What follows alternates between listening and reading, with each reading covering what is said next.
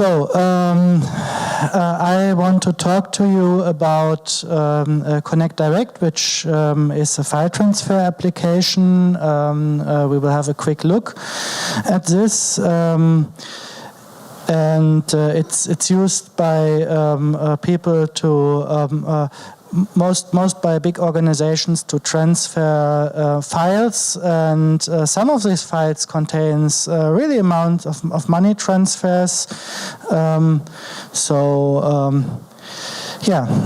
you have questions during the talk, there's SecOpsEurope.com where you can leave your questions, and we can get to that later.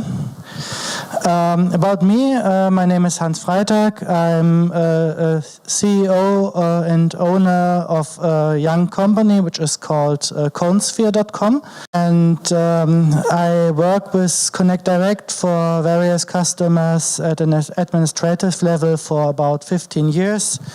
I desperately trying not to mess these systems up.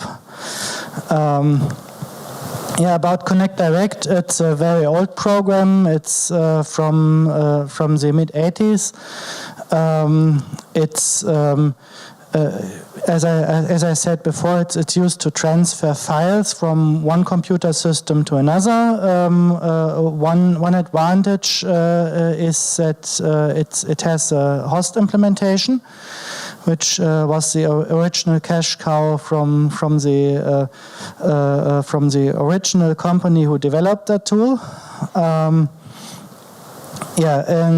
Later TCP/IP was added, and Unix and Windows versions were released. I'm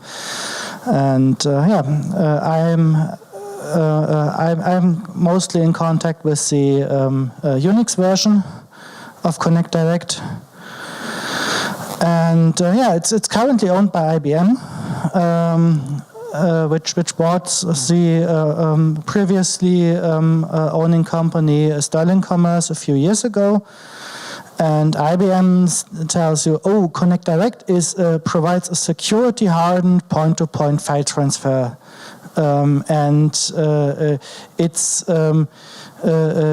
It lessens the dependency on unreliable file transfer protocol like FTP transfers, and that's a bit suspicious. FTP transfers, we had this in the last decade.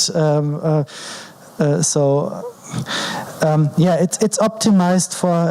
It should be optimized for high volume delivery of files among enterprises. So actually, a lot of companies are using this tool to exchange data between different companies.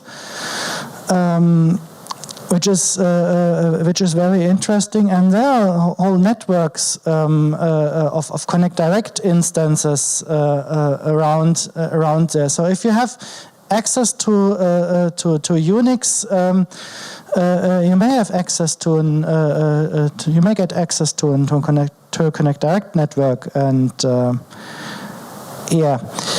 About that security hardened thing, a pro tip is when you have to make a buying decision, buying a tool, you can have a look what documentation is available, and a security hardened product, in my opinion, it definitely needs a security best practice document too. Every application, every modern application has a security best practice document. You see it with Ansible, you see it with Docker, you see it with, you name it. A security best practice document tells you exactly what are the critical points where I have to look when I implement the software, what I have to look at to have a reasonably good security. With that Connect Direct thing, I couldn't find any document telling you this. Let's have a closer look. It's basically an example of how things can go wrong, and what can go wrong with an application if you don't have a closer look at the security. So a Connect Direct server is called a node. This is a bit of a wording in Connect Direct. You have a primary node, which is the local system. You have a secondary node, which is basically any remote system. And a Connect Direct node can have multiple users, which are usually mapped to system users. And a Connect Direct file transfer is called a job, which is typically submitted on the P node. However, there is an interesting feature that you can submit a job on an S node. So you can another node is privileged to submit a job remotely.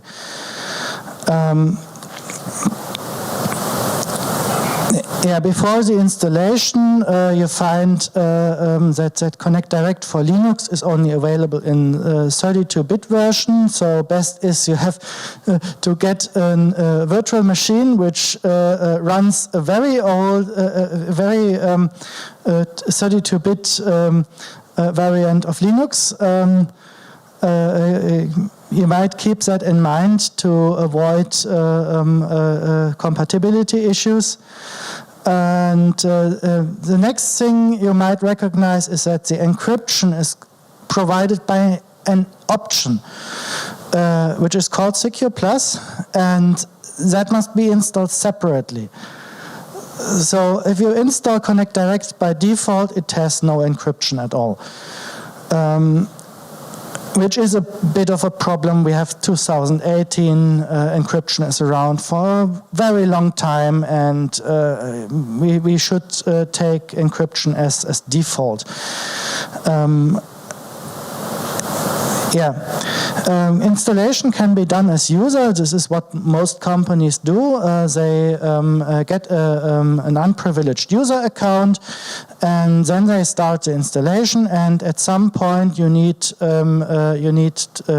provide admin privileges because the whole Connect Direct binary is running setuid root, so it can map to different system users. So basically, it's this component is on a Unix system. It is a security critical application that can change the user authority. After the installation, it's you can watch. You can look at what ports are open. This is also a very interesting look. If you have any new application, just have a look which ports are open on which network interfaces. Most operating systems provide you with a command for that. It's called netstat. It's available in Windows, it's available in Linux, it's available in various other Unix systems. So with netstat you can have a look through which channels is my application talking. And Connect Direct opens two ports, and it is 13064, which is the data port, and 13063, which is a command line interface port. And that command line interface is usually called from the Unix box where the Connect Direct installation is located.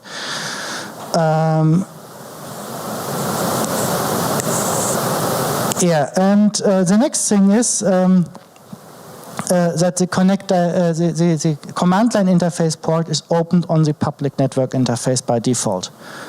So if you follow the every step in the installation, that port is opened and publicly available, and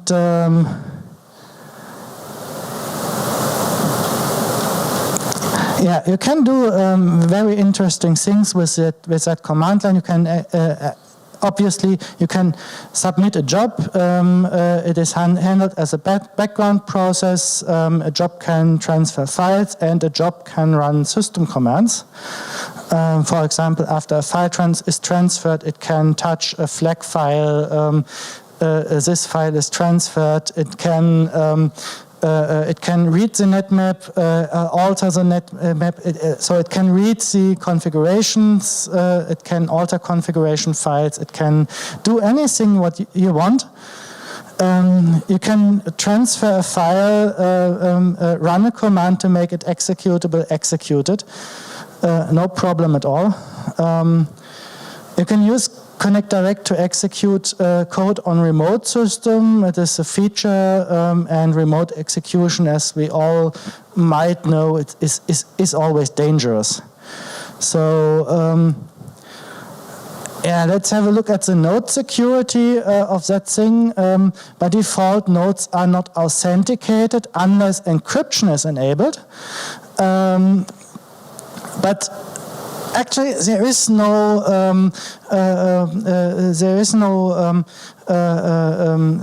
check if a node is really the node. If it's unencrypted, if you don't have an encryption available, a node connects to your Connect Direct, to your local Connect Direct node. It then tells you who he is, and your Connect Direct node believes it. And this is actually a bit scary because you can connect from any IP. You can have a system. For example, you can install a system in a DMZ which has external internet access or access to another company, and you think, oh, maybe I start delivering the files via the same Connect Direct system, but with an unencrypted connection, because I'm in the internal trusted network and I can use an unencrypted Connect Direct transfer to do to upload my files to the DMZ, and then I can run encrypted. So what you can do with that trust level, if you don't check anything, if you don't check the IP address of the remote node, not even that is checked, then the remote node from the outside can pretend he's coming from the inside, and fail.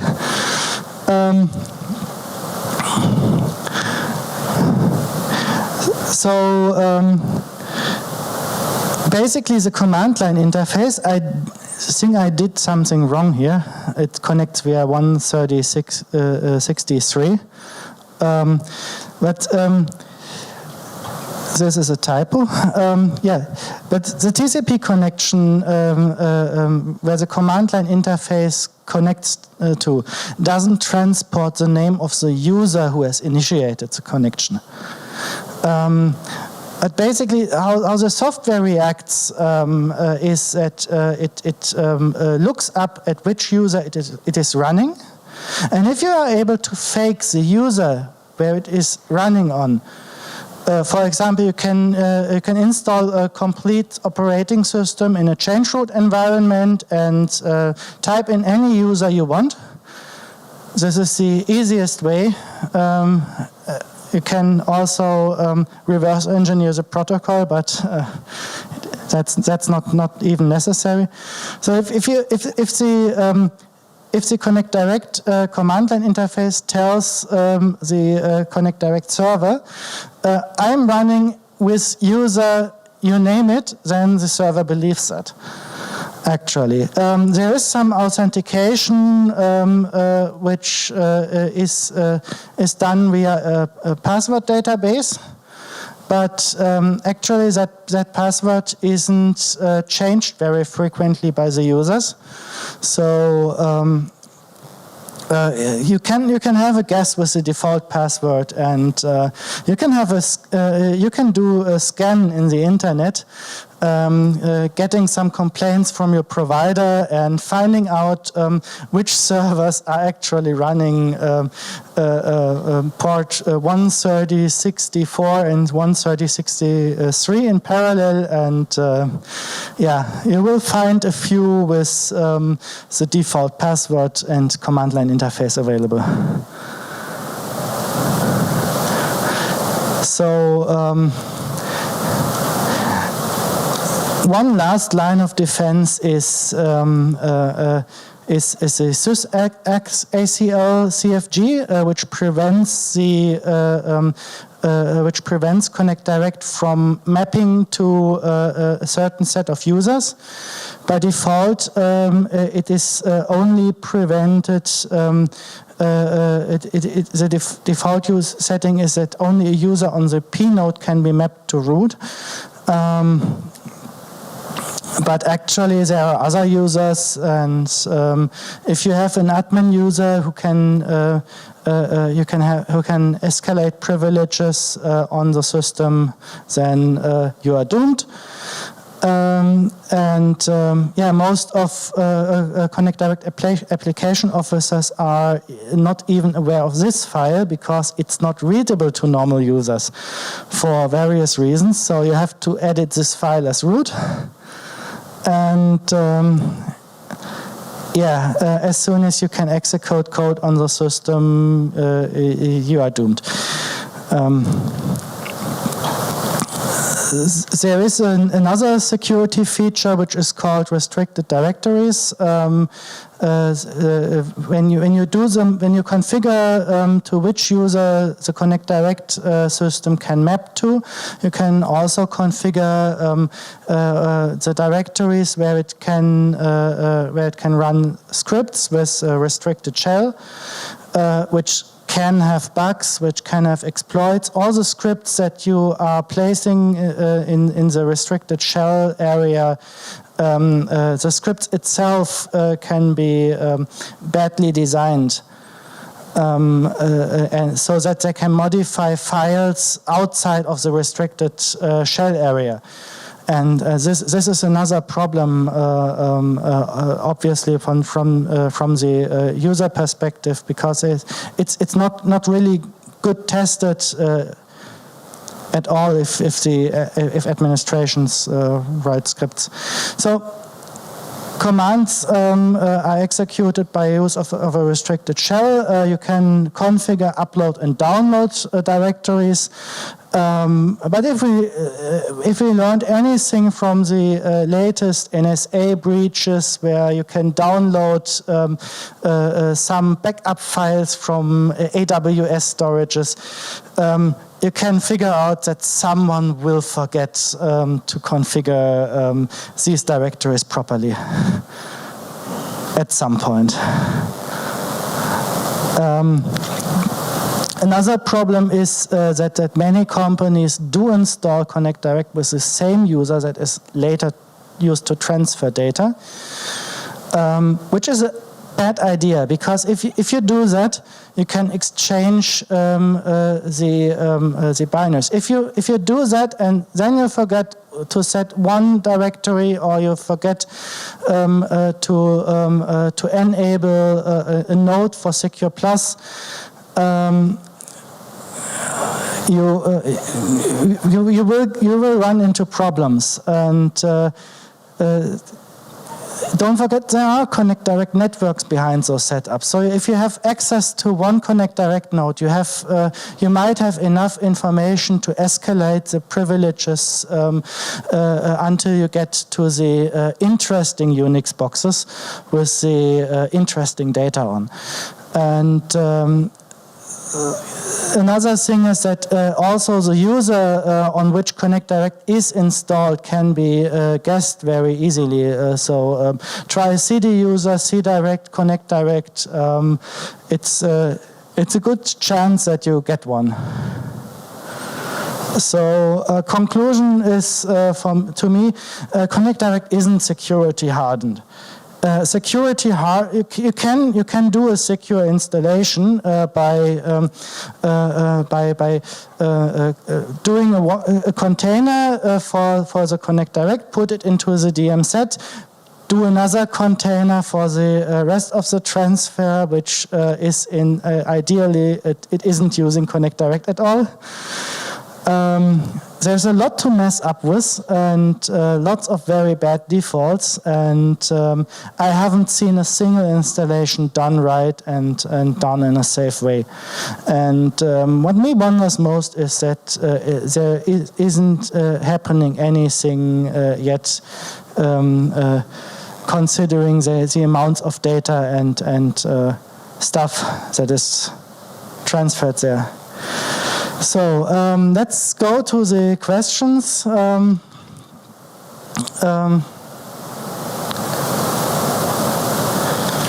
Let's see if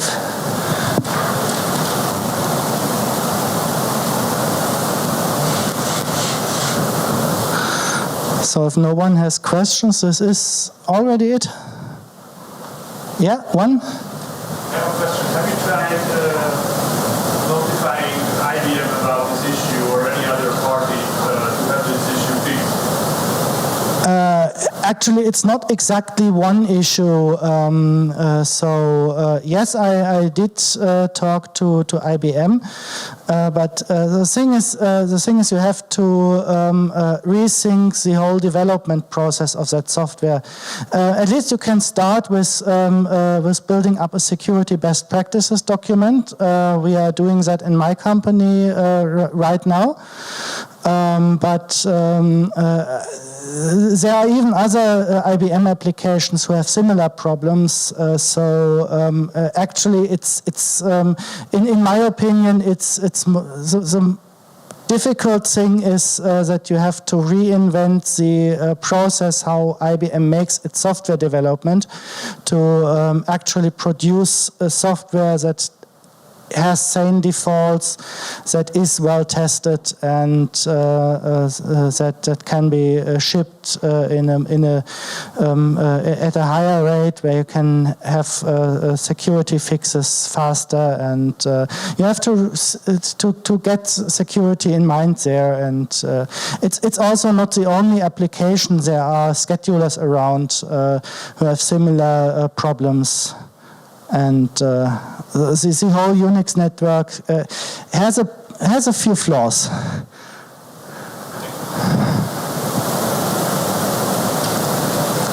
More questions?